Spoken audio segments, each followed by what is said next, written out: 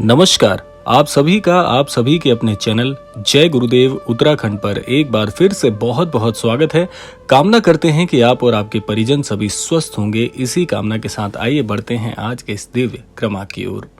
क्या आपको कभी ऐसा महसूस हुआ है कि कोई इंसान हर वक्त आपकी असफलता की कामना कर रहा हो, आपके हर सपने को चकनाचूर करने के लिए घात लगाए बैठा हो, आपके पीछे रहकर मुस्कुराता है और भीतर ही भीतर आपको मिटाने की मंशा पाले बैठा है?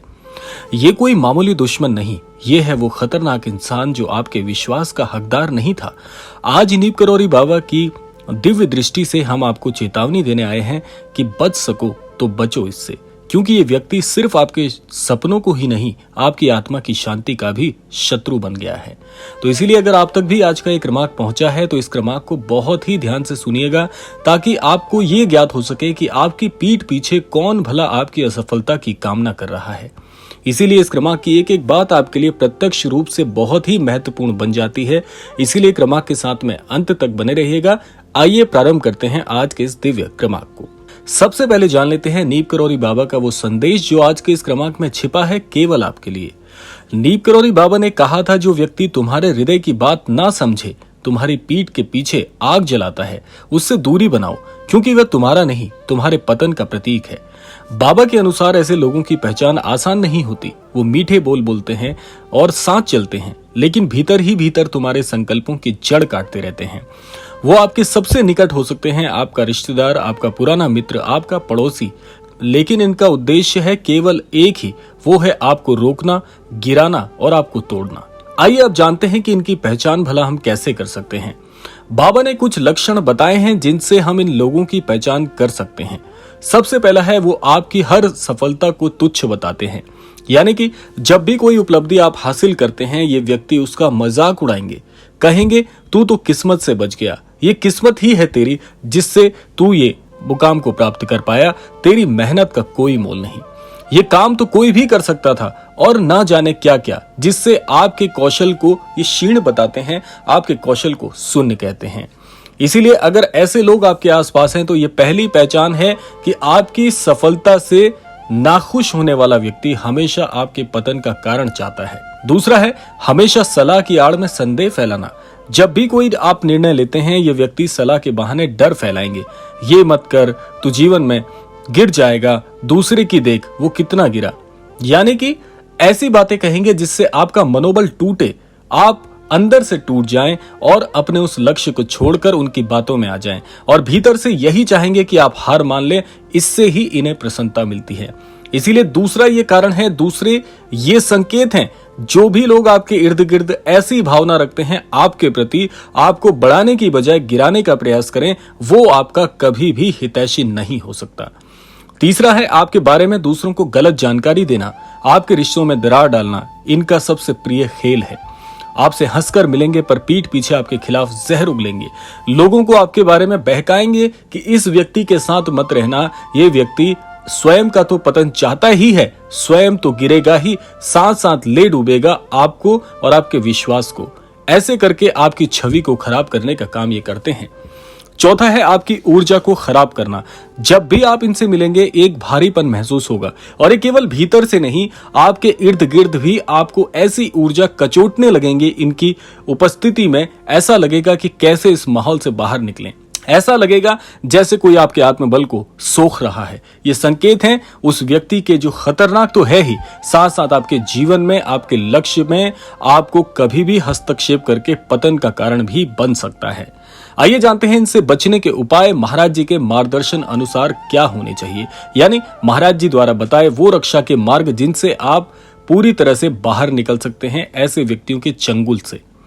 नीम करौरी बाबा ने कहा, जब भी तुम सत्य के मार्ग पर होते हो तो असत्य अपने आप विचलित हो जाता है, लेकिन यदि तुम सजग ना रहो तो असत्य धीरे धीरे तुम्हें निगल जाएगा। इससे बचने के लिए बाबा ने कुछ दिव्य उपाय बताए हैं।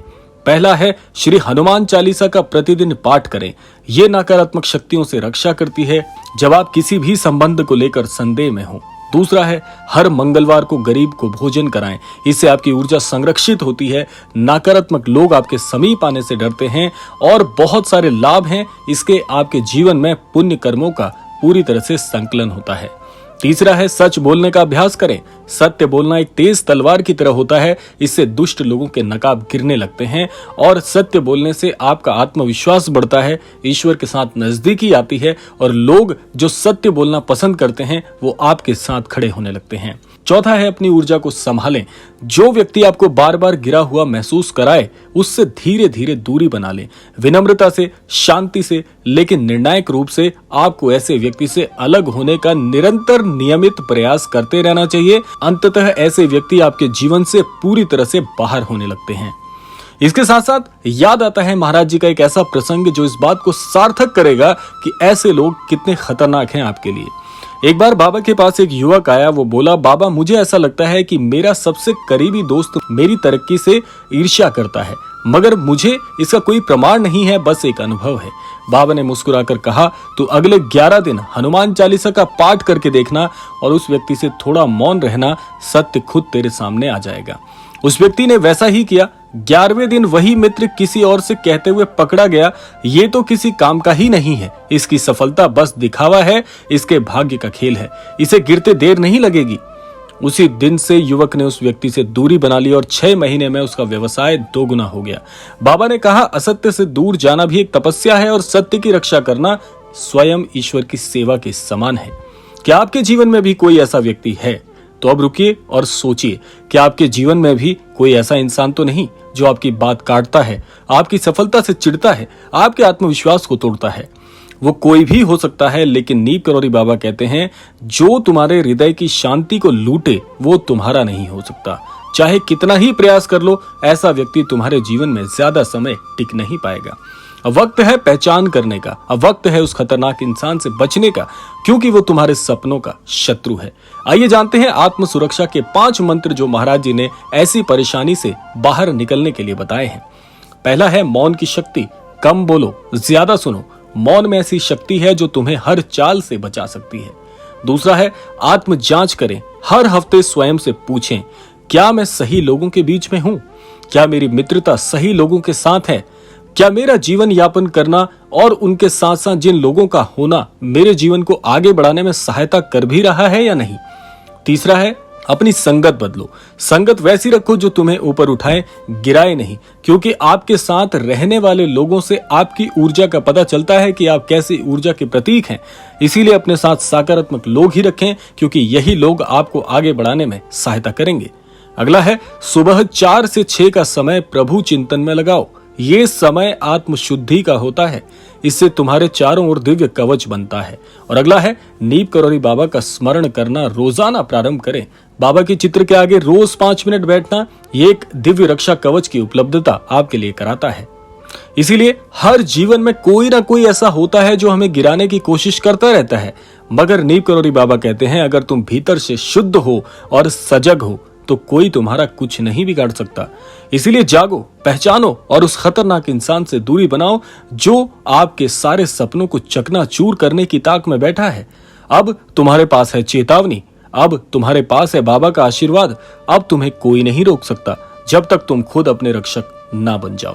इसीलिए अगर इस वीडियो ने आपकी आंखें खोल दी हैं तो नीचे टिप्पणी में जय बाबा नीप करोली लिखें और इस संदेश को उन सभी तक पहुंचाएं जो आज भी धोखे में जी रहे हैं। इसीलिए इस क्रमांक को ज्यादा से ज्यादा लोगों तक साझा करिएगा ताकि संपूर्ण जगत में सबको इस बात से अवगत होने का मौका मिल सके कि उनके जीवन में भी कोई न कोई ऐसा व्यक्ति है जरूर जो उनके जीवन में दरार डालने का प्रयास कर रहा है। आशा करते हैं क्रमांक आप सबके लिए फलदायी होगा। इसी कामना के साथ समय आता है विदा लेने का भी, और विदा लेने से पूर्व समय है रोजाना की प्रार्थना का।